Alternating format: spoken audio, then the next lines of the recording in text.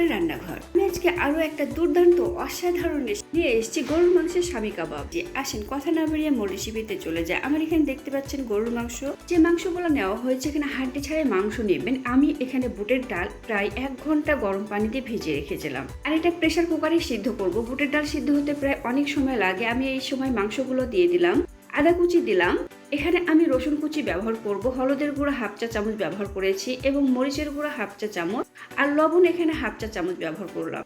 এই সময় কয়েকটা তেজপাতা ব্যবহার করব। গরম মশলা, কাঠ গরম মশলা যেটাকে বলে সেটা ব্যবহার করছি। এখানে আপনি পরিমাণ মতো আপনার ইচ্ছে অনুযায়ী ব্যবহার করতে পারেন। এখানে লং ব্যবহার করেছি, দারচিনি ব্যবহার করেছি, আর এখানে রসুনের কোয়া কয়েকটা ব্যবহার করেছি, আর এখানে পেঁয়াজ কুচি ব্যবহার করব। আপনি পরিমাণে বেশি ব্যবহার করতে পারেন। কাবাব তৈরি করার সময় খুব ভালোভাবে লক্ষ্য রাখতে হবে, খুব বেশি পরিমাণে মশলা ব্যবহার করতে হয় যাতে মশলার যে ঘ্রাণটা সেটাতে আপনার বোঝা যায় যে কাবাব খাচ্ছেন আপনি। আর আমি এখানে বেশি না 1 কাপ পানি ব্যবহার করেছি। ডালগুলো ওইদিকে সিদ্ধ হতে থাক আর আমি এখানে অল্প পরিমাণে তেল দিয়ে মশলাগুলো রেডি করে নিই। তেজপাতা, গরম মশলা, দারচিনি এবং 1/2 চা চামচ ধনিয়া, 1/2 চা চামচ জিরা, এগুলো গোটা আপনি ভেজে নেবেন খুব অল্প পরিমাণে তেল দিয়ে। বন্ধুরা, পেঁয়াজের বেরেস্তা আমি আগে থেকে রেডি করে রেখেছি। এখন এই মশলাগুলোর সঙ্গে আমি মিক্স করে পেঁয়াজের বেরেস্তাগুলো ব্লেন্ডার করে নেব। এটা আপনি পাটাতেও বাটতে পারবেন। তবে পেঁয়াজের বেরেস্তা ভাজার সময় যে তেলটা ব্যবহার করেছি সে তেলটা আমি রেখে দিয়েছি। যখন আমি কাবাব ভাজবো তখন ওই তেলই ব্যবহার করব। ডালগুলো আমার সিদ্ধ হয়ে গেছে, তবে গরম মশলা, তেজপাতাগুলো যেগুলো ব্যবহার করা হয়েছে সেগুলো আমি তুলে ফেলে দিব,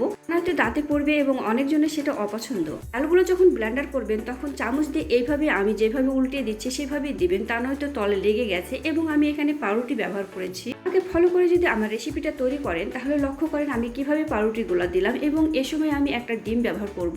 ডিম ব্যবহার করার পরে আমি আবারও ব্লেন্ডার করব কয়েক সেকেন্ড। বন্ধুরা, ব্লেন্ডার করা শেষ, এখন মিক্সচার করার সময় চলে এসছে। আমি যে মশলাগুলো করেছি সেই মশলাগুলো খুবই যেহেতু দামি মশলা আমার কাছে মনে হয়েছে আমি সম্পূর্ণ মশলা এখানে ব্যবহার করব। এখানে কাঁচামরিচ, পেঁয়াজ কুচি এবং চিনি ব্যবহার করব। যখন কাবাবের শেপ করব তখন কাঁচামরিচ, পেঁয়াজ কুচি ভিতরে ঢুকিয়ে মুখটা ভালোভাবে মুড়িয়ে দিবেন।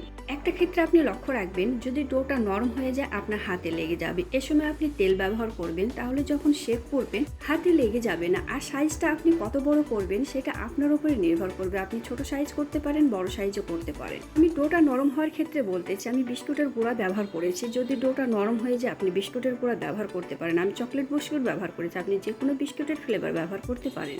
আমি এই সময় উল্টে দিব, তা নয়তো পুড়ে যাবে। পুড়ে গেলে কাবাব তো তিতা তিতা লাগবে। দেখতে পাচ্ছেন কতটা জোশ দেখাচ্ছে।